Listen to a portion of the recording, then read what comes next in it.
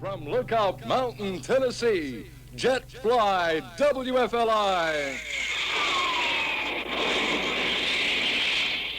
And now on we go with a musical show on Down Beat.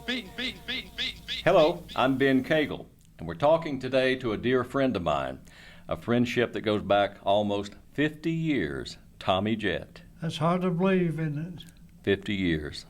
Time flies when you're having fun. It's been a good party. It's been a good party. A good party. Yeah.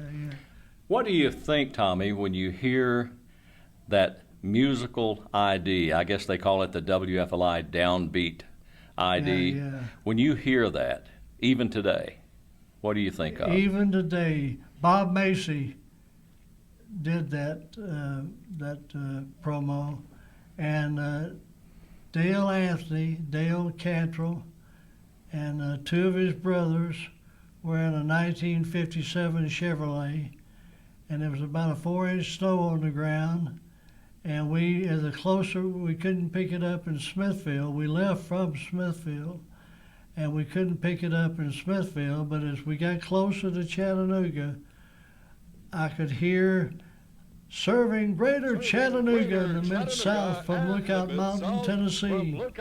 Jet Fly, WFLI. Now on we go with a musical beat on downbeat, and my heart started pumping real fast because I knew I was getting close, and we were getting closer to doing the audition, and things were begin to happen. So you were headed to WFLI for an interview. Right. To see if you were going to get the job. Exactly. Yeah, that's the first thing I remember hearing, and the snow was not a factor in any of the getting us there or anything. I'd forgotten about it. It could have been 90 degrees, you know. I was really excited about it. Now, let's go back. You were born in Alexandria, Tennessee? Yeah, in Middle Tennessee, in Alexandria, but we moved away from there when I was a year old, and due to illness, due to sickness in my family. So I tell everybody that I'm from Old Hickory, Tennessee, DuPontonia. My dad owned a grocery store there, and that's where that's where I tell everybody I'm from. But I was actually born in a house. We're talking about 1940, and I was born in a house, as were all my siblings, in that same house, matter of fact, with an exception of a sister that we lost. That was just, my dad had about 100-acre farm, and we would milk, I say we, it was before I was born, but they didn't milk, I didn't milk any cows there, but Dad had a farm and he raised tobacco, milked cows, plowed corn, had some wheat, and just had a regular farm. And that's what it was. When I popped out and came in the world, it was a farm. So your dad was not musically inclined. He didn't care about music at all, right? No. Your mom? Mother was a musician. She taught piano. She was a school teacher. And back then you didn't have to have a college degree to teach school. So she taught school and taught, but piano, she was a genius when it came to playing the piano, man. She knew that piano. And she sang alto in a gospel choir at the church, at the local church, and continued to do that for quite some time, even when we moved to Old Hickory, Tennessee. And she was good, really. They sang on WLAC in Nashville. They had a quartet, and they once a week they had a little musical radio show that they did, and they sang gospel music. So my music comes from her, and that's about it, really. So your dad owned a grocery store, and so what got him into the grocery business? He just... Well, illness from hop. Okay. Hop came down with a disease that they didn't even have a name for at that particular time. This was in 1941, and there were no medicine. He was dying, really. They didn't expect. Back then, they did what they call, they sat up with you. You know, there would be a group of people come over and watch the body, watch the person still living, but barely, and they were waiting for his death. And it didn't happen. He continued to hang on, but there was no medicines, no penicillin, no antibiotics, no nothing to he was in severe pain. This was a bone disease. And at the time, like I said, they didn't have a name for it. They finally got one called osteomyelitis. And he got it from a calf drug him and hit him on the knee, and it set up an infection. And from there, it snowballed into a thing that like to cost him his life. Yeah, so it was like a bacterial infection. Bacterial infection, yeah. I think you mentioned in the book, or maybe you just told me before, that he was the first person in the county to get penicillin when in it came Davison. This is Davison County when we moved from where the farm was. He was the first civilian to take penicillin, and that's first of all he went to Tilley Clinic in Lebanon, Tennessee. That was closer than Nashville, and that didn't do any good. And the doctors didn't know what they were doing, and he was getting worse, and it just looked like there was no hope for him. And I give God the credit for intervening and saving his life, really. Yeah. So what got you interested in radio, in music? Where did you... Well, you know, Mother sang, and then as Hop got better, after they found out he was going to live, he got better, and he was a singer. He sang some professionally, really, and he took voice lessons and did so the emphasis on singing was placed on him more so than me. A lot of people today didn't know I could sing till I did a CD, and they found out different, because I can sing. You give your hand to me, and then you say hello, and I can hardly speak. My heart is beating so. I could. I don't know if I still can. You can still sing. Yeah, I can still sing. And I've got a CD out, incidentally. One of your biggest fans concerning your singing is Johnny Eagle's wife, Jackie. I know it tickled me. He said, man. He said, every time I get in the car, Ben, she's got that Tommy Jett singing on my radio. Yeah, exactly. People think of Tommy Jett as a disc jockey. They don't think of Tommy Jett singing a song. The singing kind of took a back seat for a long time. Yeah. But I'm really proud that I did the CD. It's a good CD. Yes, it's good. Yeah, There's some good songs on it. Real proud of it. Paul Smith, one of the best singers in Chattanooga, produced that, and we worked 6 months getting it like we wanted it, and we got it right. Yeah. We got the CD right. Now Jet Fly was not your first station. You were in Waycross, Georgia before. Yeah. The school had a program set up by a guy by the name of Vernon Arnold, And Vernon and I went to high school. He was older than me, and but he graduated and went to Mid-South Broadcasting School, and and I was in the Army National Guard, and I got to know a guy whose name was Audie Ashworth, and he got me interested in he worked at a station in McMinnville, Tennessee called WBMC, and I got interested through him and followed up on it and found out a little more about the school, and one thing led to another, and next thing you know, when I graduated from high school, I worked that summer at a shirt factory, and it was either the shirt factory or broadcasting school, so I chose broadcasting school. Now, it's no secret, when you did get to Jet Fly, Billy Benz, the owner of Jet Fly, always liked you best. Well, they What say happened? that. Why? I And I'm don't- sure Johnny Eagle and a lot of other guys would want to know. I think, and I've told this story before, that Mr. B had a drinking problem, and alcoholism is a disease, and of course they didn't know that then, but we do now.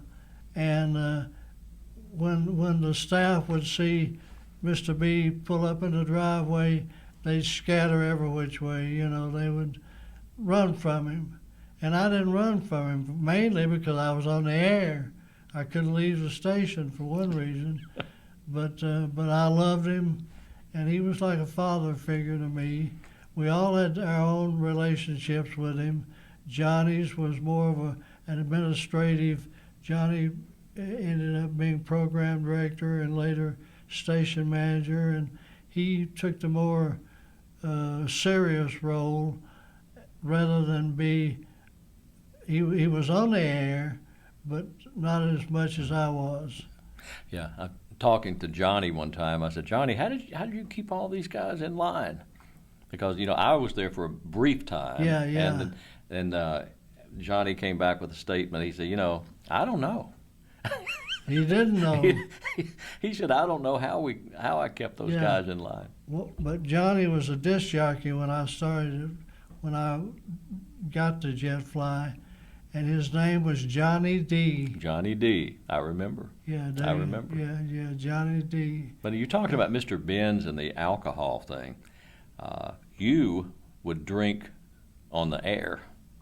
Oh, yeah. And which was strictly against the FCC rules and regulations. That came along a little bit later. I didn't start, when I first started to work there, I was nervous and wanted to keep that job real bad because Jet Fly was the most powerful radio station in Chattanooga. But then when you found out that you were the only guy that couldn't be fired, at Jet Fly. Yeah, that came along a little bit later. But no, Mr. Benz's own sons couldn't fire me because he would override them, But they would take off. He had two sons. He had three sons, really, but Bill the third, Robert, and Michael, and they had a sister named Patricia. And she was just a little bitty girl, 3 or 4 years old, and so I didn't never get to know her all that well.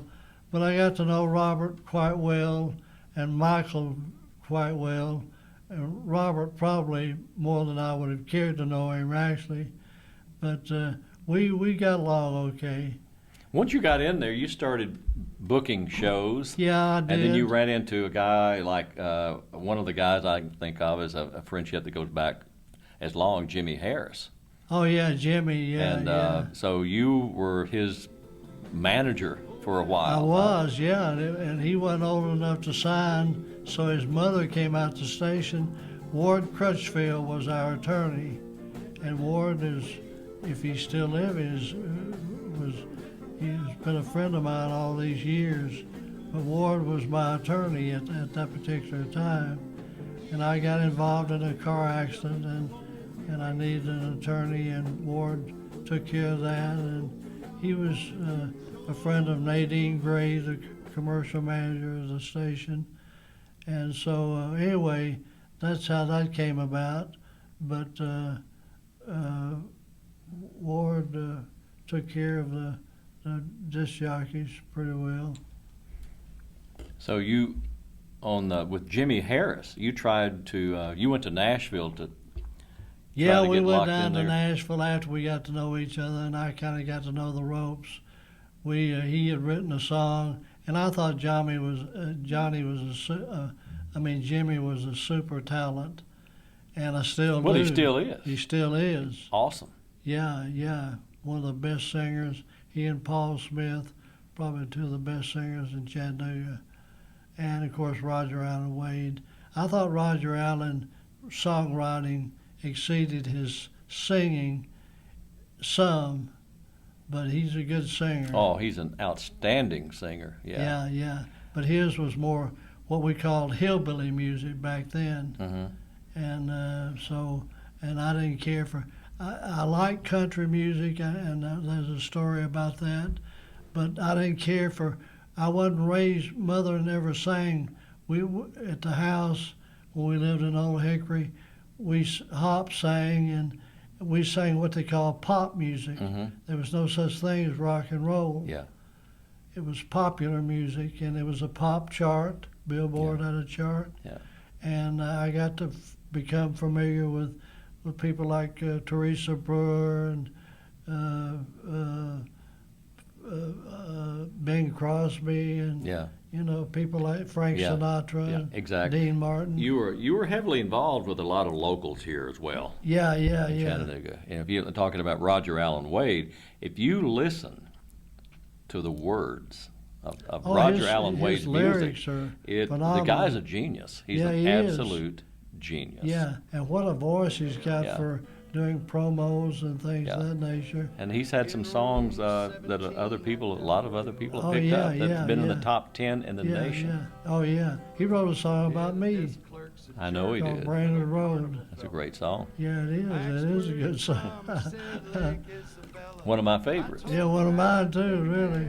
Yeah, I love Roger Allen Wade. And Jimmy Harris too. They're both. And Jimmy Tallwater was another Great super talent. Great talent. Musically and on stage, what rapport he had with an audience. Yeah. I mean, he worked an audience like you couldn't believe. Like Billy Joe Royal had that same talent. Yeah. So what's the story now on the night train? My mother wouldn't let us listen to him because he was advertising Budweiser beer, and at the time I thought it was a real train. Y'all called the request line. What happened after that? Dale Anthony set up a double date with my neighbor, and she came over and got me, and they picked us up, and we went out driving around And where did you wait on them? on the front porch. Where was mom and dad? Asleep? Sound slick.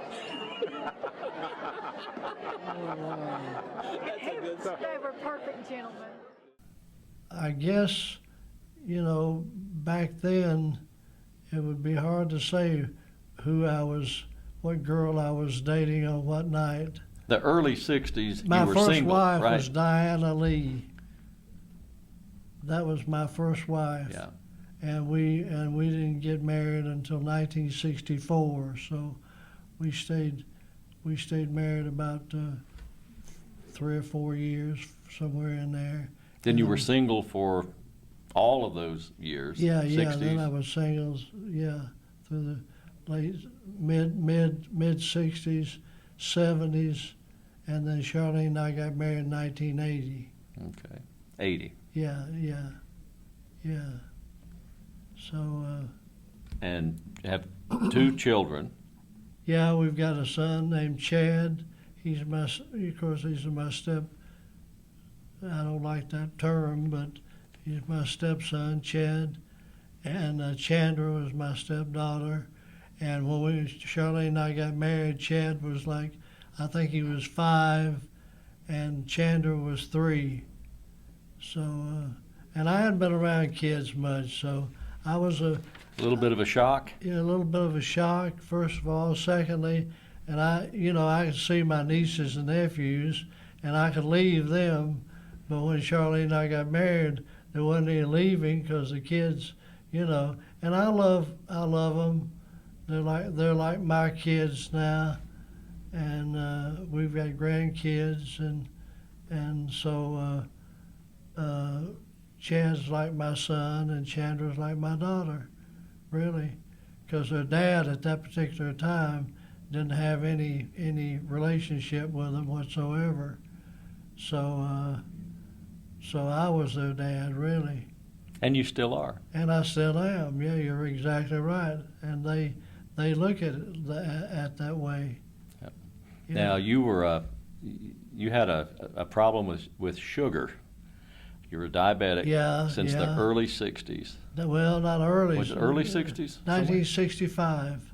Okay, mid-60s. Yeah, mid-60s, 1965. I went to hospital, Tri-County, Hutchinson Memorial Hospital. I was in there for about 3 weeks. And back then, they didn't know a lot about diabetes, and it takes its damage down through the years. And I had a tough time with that. I was out, and that's how Rick Govan kind of got in the picture, because Rick was part-time at JetFly, and when I got sick, Rick took over for me and sat in for me for about, I guess I was off the air close to 3 months. And that got his foot in the door, and he became a JetFly comrade. And, well, now, when you found out you were a diabetic, you knew even back then that alcohol was not good for you, right? Oh, sure. Did they? Yeah. Was that a big flag? Did they say you shouldn't drink at all? No. They didn't. I don't even think they knew for sure what all went on. So it didn't affect you as far as the partying and all that went on. The guys. No, none of that. After I got my divorce from Diana, I got right back into the party scene and all the things that go along with being a radio personality. And of course, the name didn't hurt anything. And there's a story about the name. My name was Tom Wayne when I started at JetFly, and Dale, what's his name, has one story of telling that story, but the real story was back then, you didn't know how long you was going to get to work at JetFly, because, matter of fact, you didn't even get a name. The name that we used was called Anonymous. Anonymous. Anonymous, which is a derivative, if there's such a word as anonymous. And they'd say now Jetstream News. From every point in the universe. Instant news from WFLI, Anonymous reporting. And we'd read a spot summary, and that was about it, you know. So. Well, okay, you had a sugar problem, and you still would drink. There's one thing I've never figured out, why you would climb into the private plane with Billy Benz, the owner, who was an alcoholic, and fly all around Chattanooga. Yeah, of course, I guess they didn't have the regulations back then. I don't know. I don't know. But now, he almost flew you into the side of Lookout Mountain once. And we almost landed at the Broad Street Drive-In Theater once. Now, tell me what happened on that. You buzzed the Drive-In Theater. Why? Yeah, well, from the air, I don't know how much flying, but from the air in a one-engine plane, the drive-in theater with those lights and the speakers, you know. And 8 beers. And 8 beers. Yeah. Looked like an airport. Yeah. And usually when we went up, we always had a couple of girls with us. You know, to impress. Did the girls get nervous in a situation like that? Nah, they didn't know what was going on. Didn't care? No, didn't care really, and neither did I. My flying experiences with Mr. B are varied in several different, because I could write a book about my flying with him, and we've flown. Well, I remember one time we took he had his twin engine plane then, I think, I'm not for sure, but we flew a girl with a name, we called her Honeybee. I think I can say that now because I don't, and her brother. So Mr. B was up in the front with her brother, trying to impress him by climbing. You can climb so high, and then you just drop. It's like, man, it's like a Ferris wheel. Yeah, yeah. I mean, with bigger consequences. Bigger consequences, yeah, because you're flying in a one-engine plane. And so while he was up there doing that, I was in the back seat doing other things. And so he was trying to keep things going up, and he was trying to impress. Well, you were too. Yeah, I was too. Yeah, and he tried to impress the kid. He was just a kid, trying to impress him with all the maneuvers that you could do up in the air, and I wasn't really caring what you could do up in the air. Okay, let's talk about the Jet Fly Spectaculars. And boy, they were spectacular. I think I went to every single one of them. See, Ben, there were only 8 radio stations in Chattanooga when I went on the air. And I want to see if I can name them.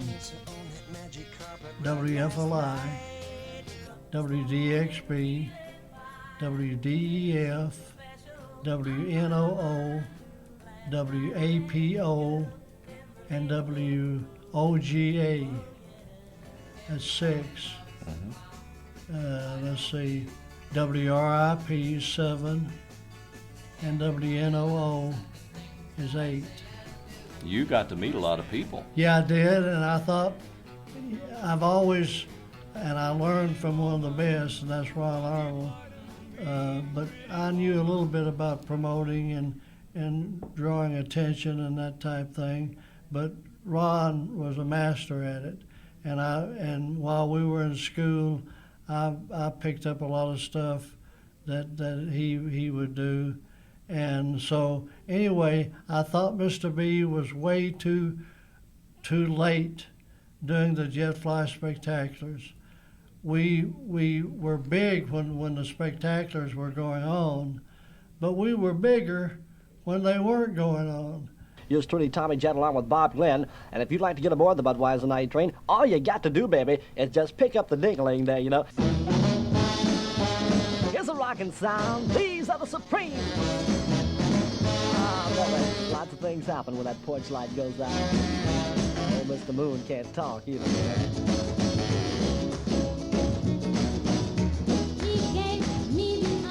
I remember there you go, the Supremes with the head sock and 23. I think I pulled an 85 share in afternoon drive.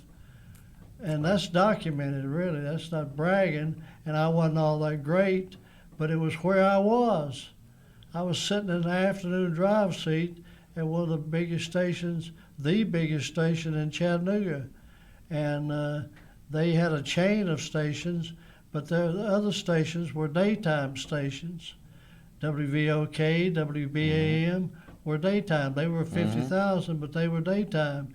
Then they bought WAPE, I'm sorry, in Jacksonville, Florida. What a station. They had a swimming, Bill Brennan was a good friend, and he was part owner in the chain called the Blue Chip Chain. And Bill was a super nice guy, not a heavy drinker, heavy womanizer, but not a heavy drinker. And he and I hit it off great. And he and Mr. Benz were business partners, but sometimes they didn't get along all that well. It was a great station. You go in there, there's a swimming pool in the lobby. Yeah. And I mean a swimming pool. a giant, exactly.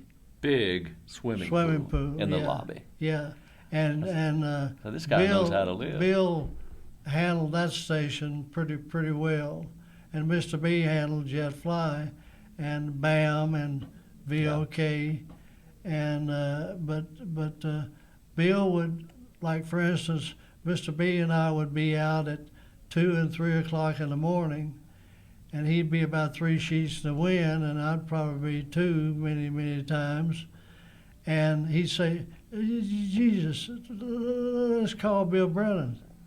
Now here it is, 2, 3 o'clock in the morning, and I think they're Central Time down there, but still it was way too early to be calling. And he'd pick up the phone and call Bill, and hand me the phone. So the spectaculars were kind of bicycled around. They'd have one down there, so to speak, and then they'd bring them up here. And right. So you got a better deal. Exactly. I mean, you can see Roy Orbison, I don't know, 5 or 6 different artists for some of those for what, $2.50 each? Yeah, Billy Joe Royal, Johnny Rivers, Roy Orbison, Jerry Lee Lewis. Can you imagine $2.50 a ticket? No, I can't. You couldn't see one for less than $50 now. Fats Domino, Little Richard, all those artists, and it was phenomenal, the crowds. But I thought he should have done it, and I told Johnny this too. I thought he should have done it about 6 months or maybe a year after we'd been on the air, but he waited till 1965. And that didn't hurt anything, but that was just my own thinking. They were all sold out. All sold out, yeah. They never had one that wasn't sold out. We were the only station in Chattanooga ever to sell out the Memorial Auditorium twice in one day. And that was when we had Paul Revere and the Raiders. We had Lou Christie on that show. We had Johnny Rivers, I think, on that show. Maybe Jerry Lee Lewis, I don't know who all. The whole town rocked. Yeah. And we sold both shows out in one day. We had a matinee sold out, and then Paul Revere and the Raiders got messed up and on their schedule, so they had to be back in Atlanta to play that night. And then we flew him, Mr. Bill Brennan. He owned the franchise for Lear Jets. Yeah, I think there was a scheduling error, and they had the Raiders booked in Chattanooga and Atlanta at the same time. And I think Johnny made the comment that they started in Atlanta early, came to Chattanooga in the Learjet, flew the group back to Atlanta, and came back to Chattanooga. Right. And they were about 10 or 15 minutes late. And they did 4 shows. 4 shows in that one day. Paul Revere and the Raiders. Yeah, Paul Revere made the comment. He said, "I'll never do this again." And he didn't. And he didn't, because he's passed away now. But no, he didn't. And that was unheard of back then. And every show was sold out. I mean, there's standing room only. Yeah.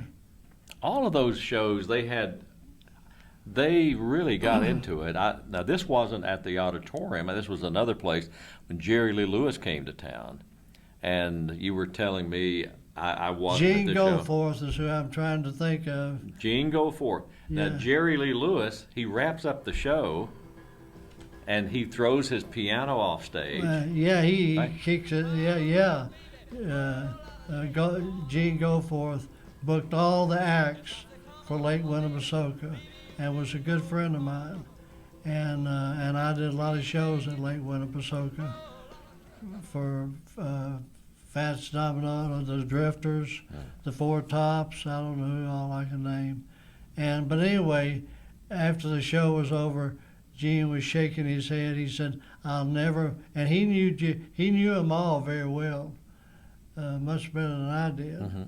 But you said when Jerry Lee would talk to you, he would talk on the piano. Yeah. We went backstage, and I was married to Charlene then, and Bill Claiborne and I were gonna we did MC the show, and Jerry Lee had he was about 3 sheets in the wind, and he had lost so much weight. He was skinnier than I am now, and but very manly to her. And how would he talk to her with the piano? He would like hit the piano keys as he was talking? Yeah. He would make up songs and. Hello, I'm Jerry Lee. How are you? Yeah, how are you today? Yeah, you got it. Yeah, in key. In key. Let's scoot ahead a little bit here. Let's talk. Okay. You had a dear friend of yours that you lost, Gene Coleman. Had a big impact on you. Oh yeah, tremendous impact. I miss him. That was a big loss. Yeah, a humongous loss. I miss him every day. Just about I think about him. And he loved you. Charlene had a tremendous relationship with him too. He was our pastor, and not only that, he was a friend. And I don't like to use the word fan, but there was never a bigger Tommy Jett fan than Gene Coleman. Yeah. He wrote all the speeches I did. If I needed a speech. He was like a big brother. Yeah, he was really more so. Yeah. And if I had any spiritual problems or anything that I need to know the answer to a question, I'd go to him, and he was just there for me. And he had a story he always told. He wasn't from here, and somebody, an attorney or somebody, told him that he did a TV show called Coleman and People, and they came up to him and said, you need to get Tommy Jett on your TV show. And he said, who's Tommy Jett? He found out, didn't he? Yeah, he found out big time. And so he called me, and that's how we met. Yeah. On his show, and the phones rang off the hook. Yeah. At least he got to be at the dedication of the road. Right. Later on. Yeah, he before did. He passed away. Before he passed away. He died He died on October the 5th. I beg your pardon. He died October the 10th, but the road dedication thing was October the 5th. You remember Tommy? Oh, Lord, yes. I grew up listening to him back in the early 60s and all the 60s. That's when they had transistor radios. Right. I thought that was the grandest thing in town. I listened to him. I had all that stuff memorized. As the time goes on, your memory kind of goes away with it. But he was, Lord, how long was he on the radio? He went on the air at Jet Fly, I think in 1961. Oh, Lord, yeah. Boy, And he was. I listened to him all the time. From Jet Fly. Yeah, I know it. What do you remember about Tommy and Jet Fly? Oh, everything.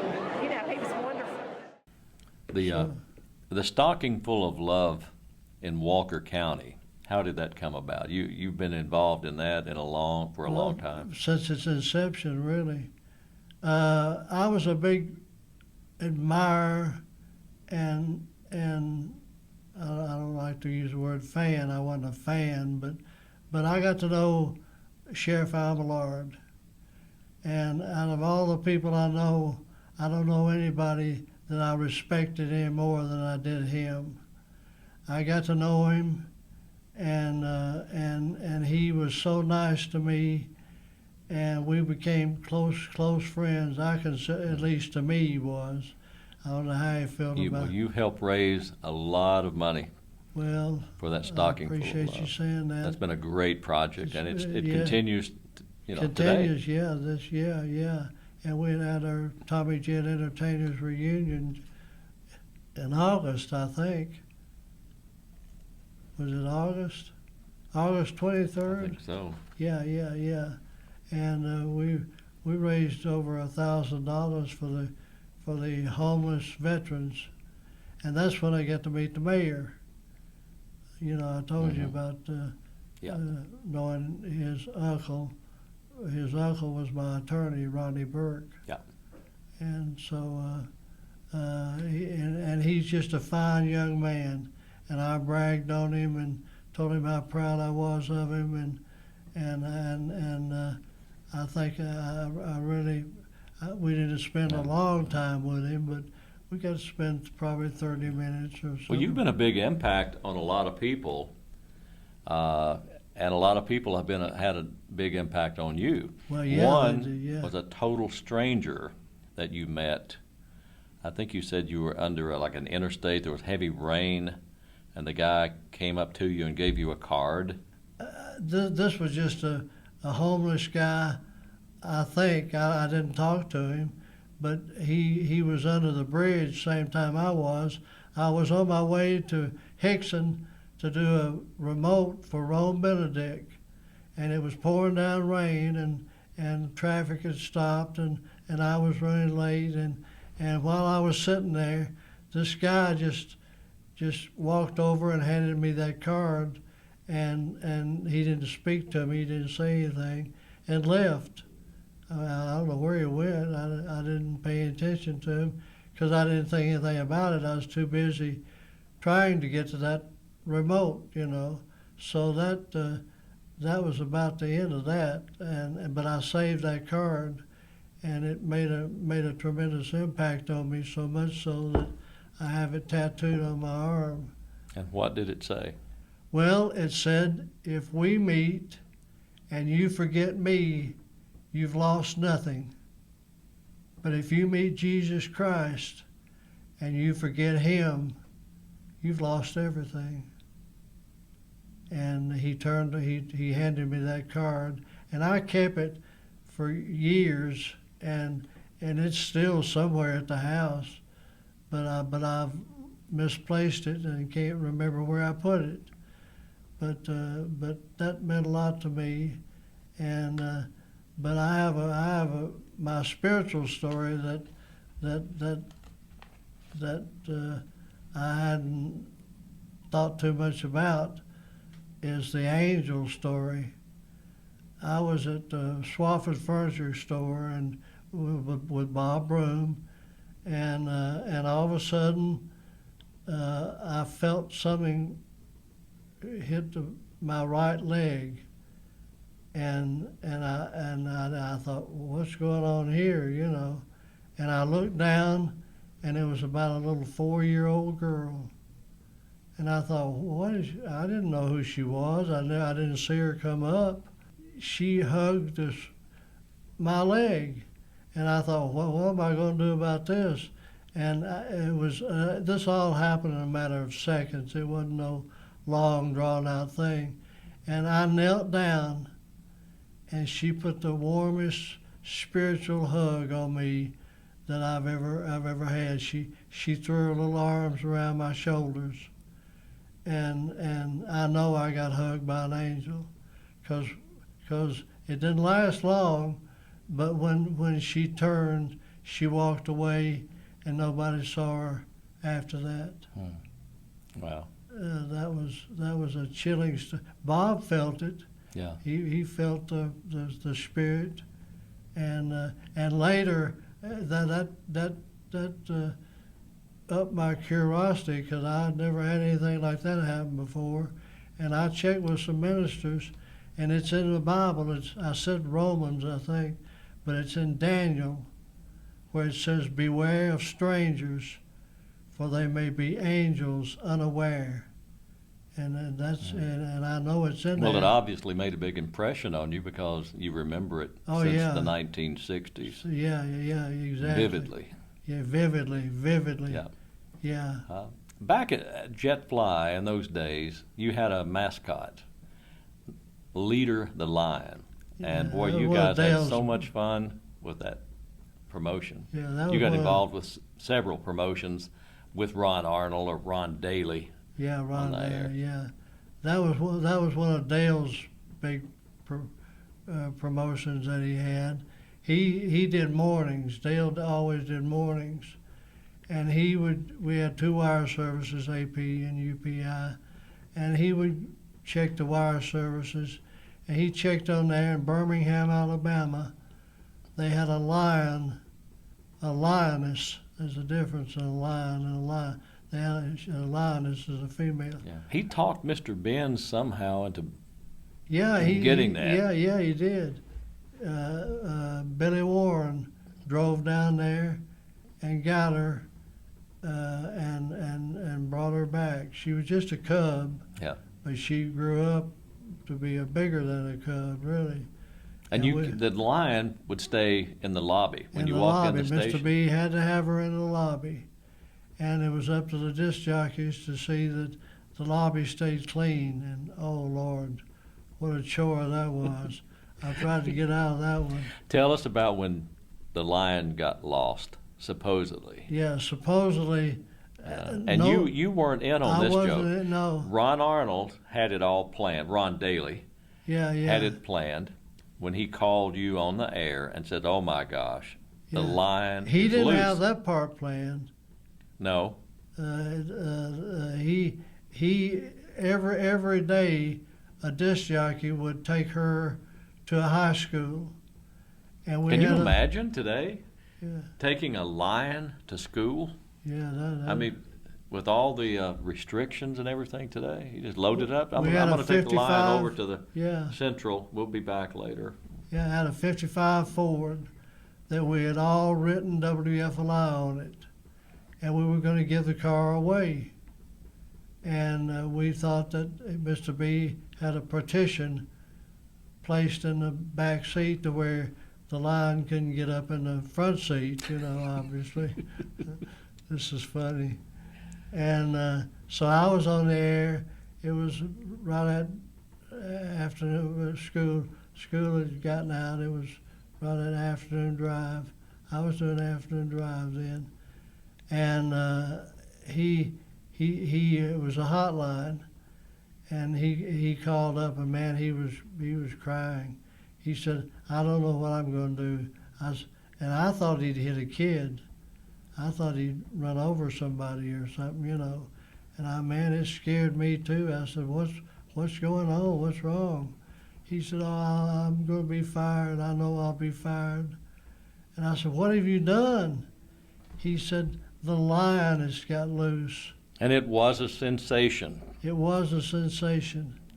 Yeah, yeah. The police department, they were all out looking for the lion. Oh, yeah. No one knew The fire about it. department, Yeah. people calling in. People calling in. We'd get a call from Brainerd saying they saw the lion.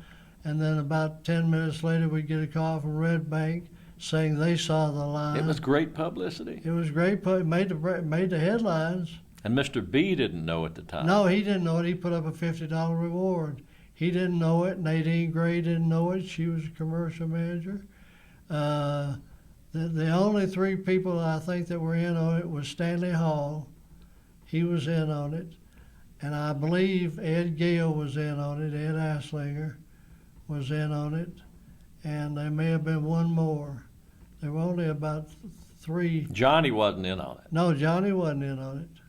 No, Johnny wasn't. Johnny didn't want to be in on it. He didn't want to be in on it. No, he didn't.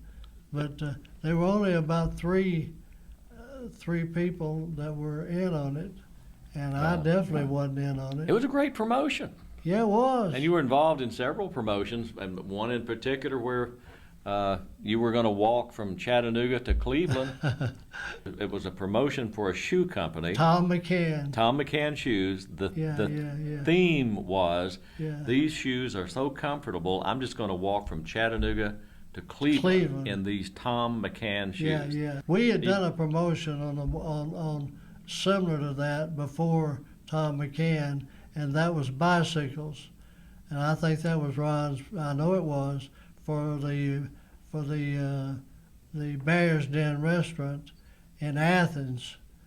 What we were going to do, and I was in on riding the bike, me and Ron and Stanley Hall and Nick Smith was in on it, and we did the bike ride deal first. That was a great promotion.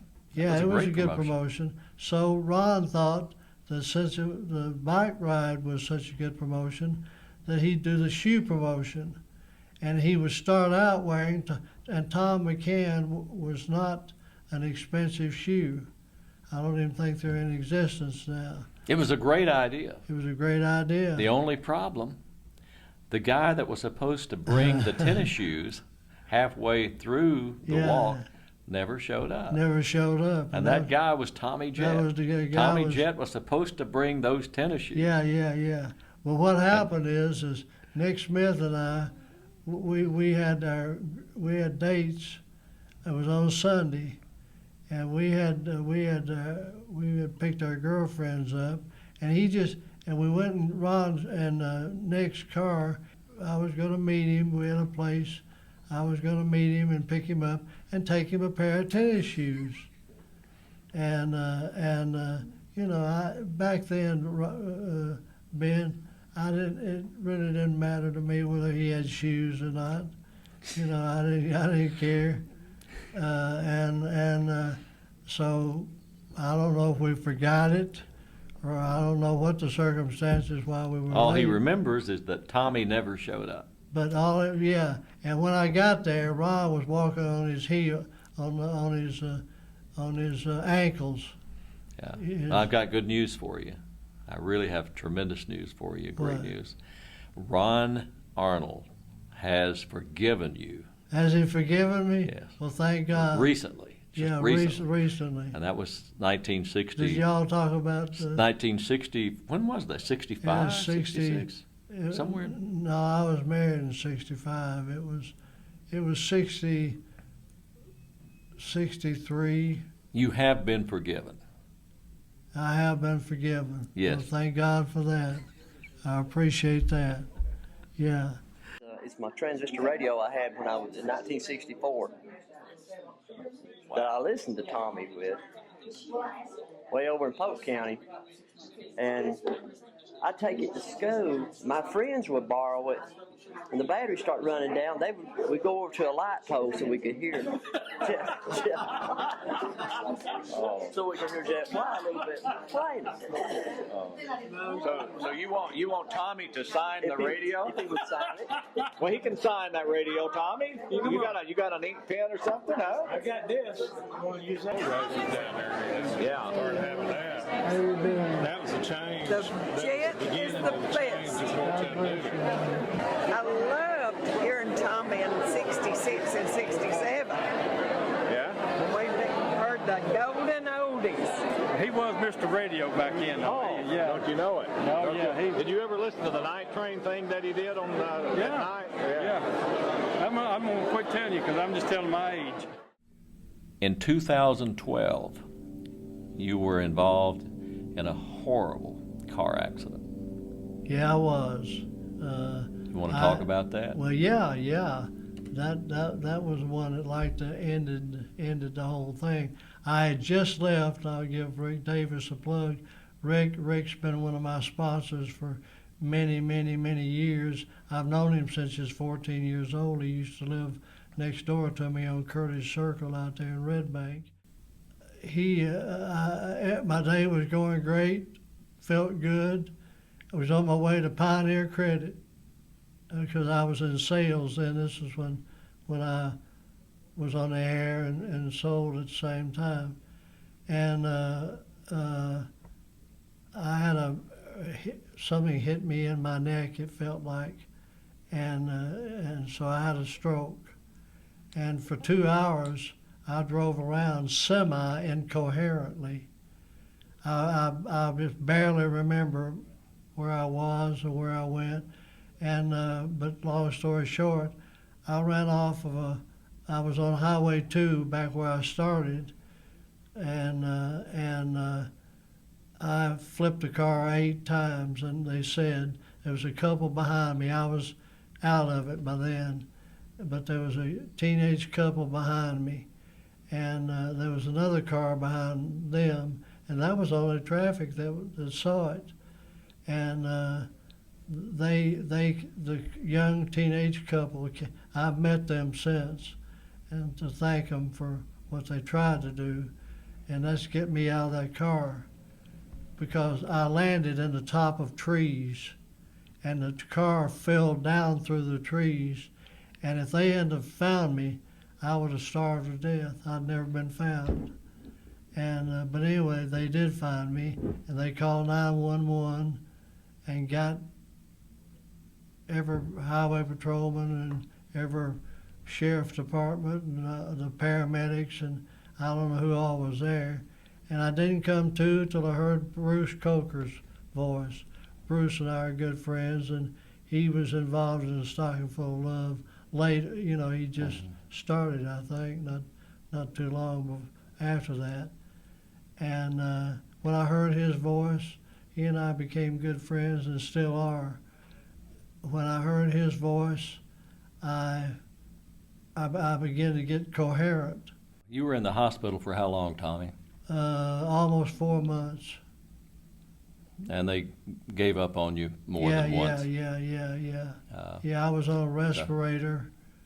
The doctors, there were 12 doctors working on me at Memorial Hospital, and they were just fabulous to me. The best I couldn't remember anything then, but later as my memory began to come back, they're just a class hospital. Yeah. Well, they didn't think you were going to make it. No, the 12 doctors, my main doctor told Charlene that there was no possible hope for me. Yeah, that was a horrible day for me because I was standing by Charlene so you know, when the lady doctor came up to her, and she told Charlene that you need to start thinking of how you're going to handle the media, because there's no way that he's going to pull out of this. And that was one of the worst days of my life. Yeah, I appreciate but you did pull out of it. I did pull out of it. They had my funeral clothes. They were preparing for my funeral as you were standing there, because the doctor said there's no possible hope whatsoever. Yeah. But they I believe in prayer, and I know you do too. I do too. Yeah. You had a lot of people in there, not only in the hospital, a lot of radio, TV people, your broadcasting buddies, but the whole town. Yeah, well, a lot of people were praying for you. Yeah, you're right. And God intervened, and as they say, the rest is history. But it wasn't I had to learn to rewalk, and I mean, it wasn't over. I opened about after they had.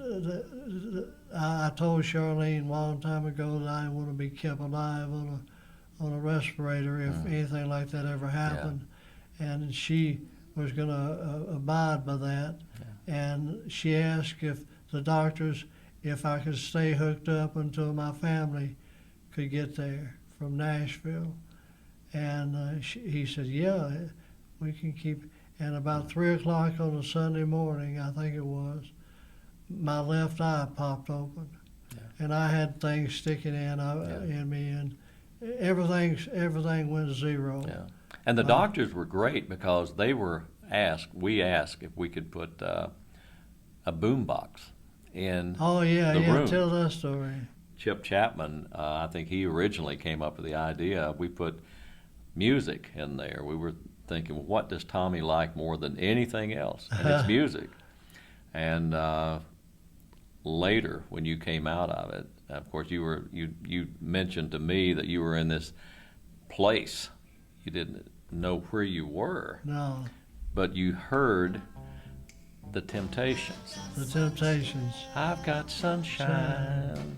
You mentioned to me, well, I didn't know where I was at that time, Ben, but if I am in heaven, then the Temptations are up here as well. Is it all that bad? Yeah. Oh. Yeah. But you have to laugh at some of that to keep crying. Oh, yeah. Yeah. But you pulled through it. You had a lot of people pulling for you.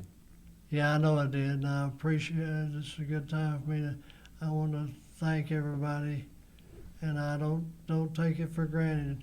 I've said many times, and that's how the reunion started. The closest thing to me outside of my God and my family, and it's close between my family. I don't have much family left, is my friends. Without friends mean more to me than just about anything, really.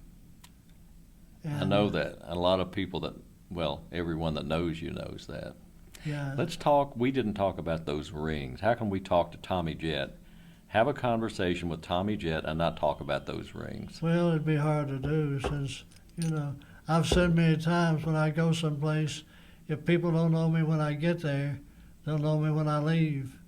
And the ring thing, I've always had a thing for jewelry. I even wore jewelry in high school, not like these are, but I've just enjoyed. And I thought my key philosophy to this profession outside, I don't care how good you are on the air, and I thought I was pretty good on the air. And you know, I improved as I got older, but nevertheless, you gotta.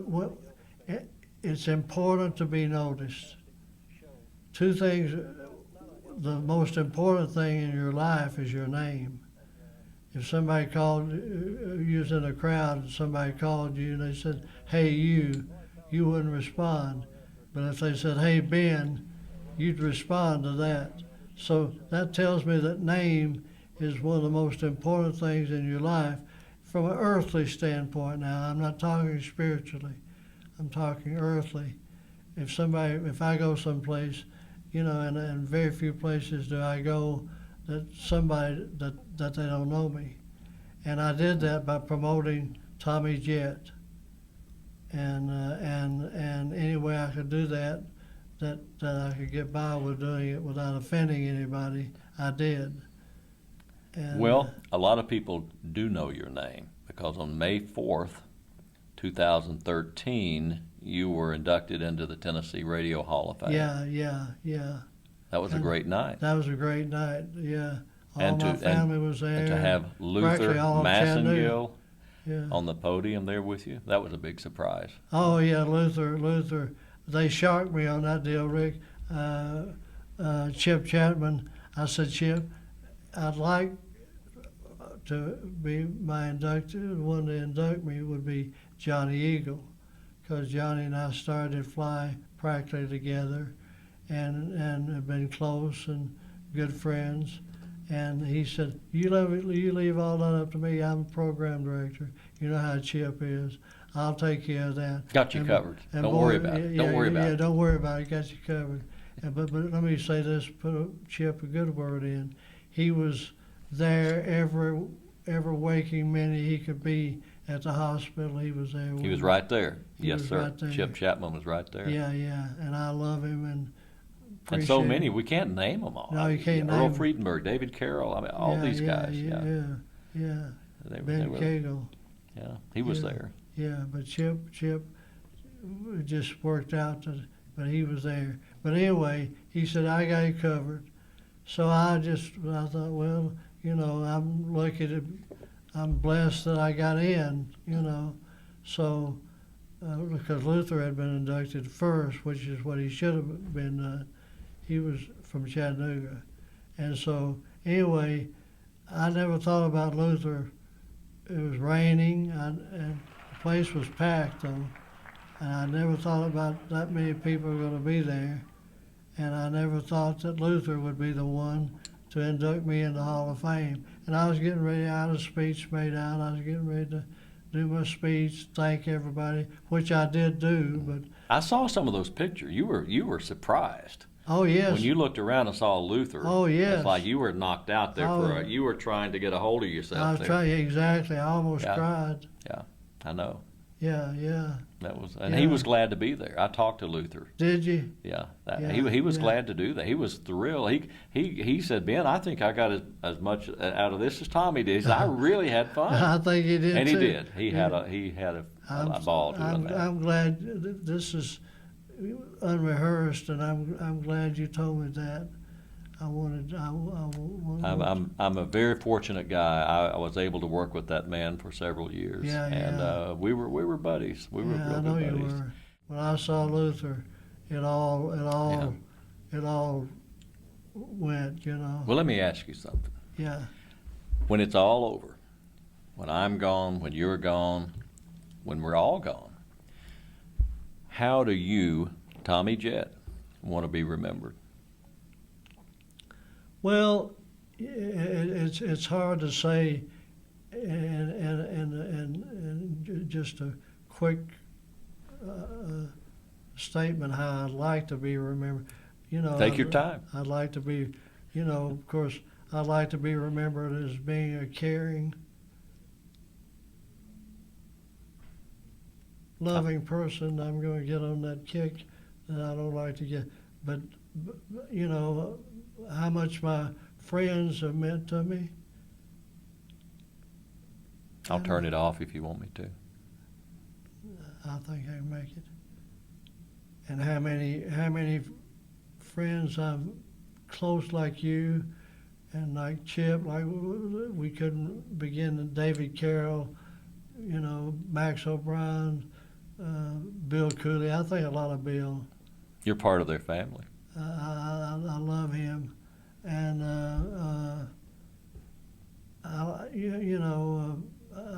Nick Smith. You leave people out when you start remembering names. When you start trying to remember names that I can call friends till the day I die. I don't want to die leaving any hard feelings between me and anybody, and I don't have any now. And I don't plan on having anyone when the Lord calls me home. I do want to say this firmly. I'm a Christian. I accepted Christ as my personal Savior when I was 15 years old. Now, saying I lived a Christian life, no. But Christ went on the cross to pay for my sins and yours and everybody's, if you accept it in your heart. And I've done that, so I know where I'm going to spend eternity. But just to sum it up, to say what I'd like to remember, I'd like to remember to have been somebody that did things that that affected people's lives and gave as much as I could to people according to my finances, and I want to say when I quit, I'll be ahead. Do that sign off one more time for me. When you're on the radio, when you're signing off, among the stars. How did that go? Oh yeah. Let's see. Gotta go. Gotta split. It's been fun. I gotta run. Remember to keep looking up, because only when it's darkest can you see the stars. And if things didn't go well for you today, remember one thing: ain't nothing forever. TJ loves you, baby. That's good. Tommy, it has been an honor to know you for almost 50 years. I appreciate it, man. Well, same applies here. You know that. I love you, brother. I love you too. I love you too.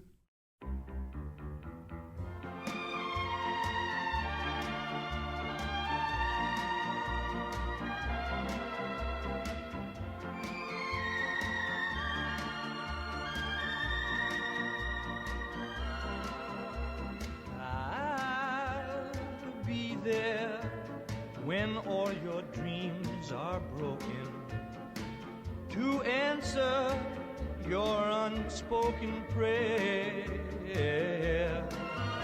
when the little things you're doing don't turn out right. Don't you worry, darling, I'll be there.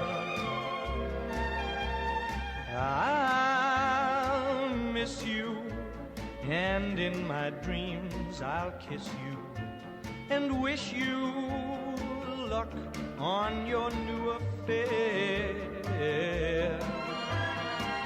So baby, if you need me, all you have to do is call me. And don't you worry, darling, I'll be there. There whenever you need to know that there is someone who cares. So if your new love isn't a true love, don't you worry, darling, I'll be there. Oh, I'll be there. Don't you worry, darling,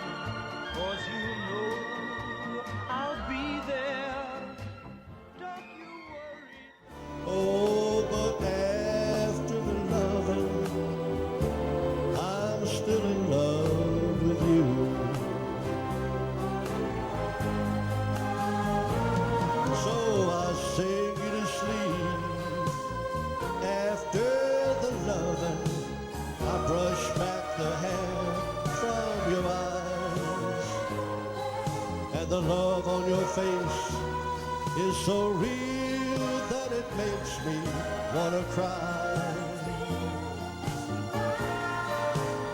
And I know that my song isn't saying anything new.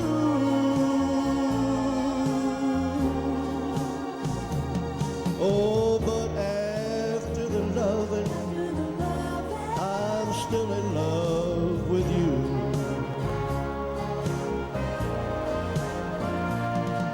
Yeah, after the loving, I'm still in love with you.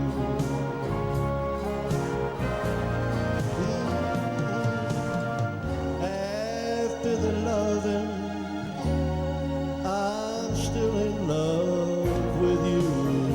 In the meantime, I simply wish you peace and love and a whole lot of soul country, yeah. Hey, keep looking up, because only when it's darkest can you see the stars. And remember, things didn't go well for you today. Ain't nothing forever, honey. Shoot for the moon. Even if you miss, you'll be among the stars. And remember, TJ loves you.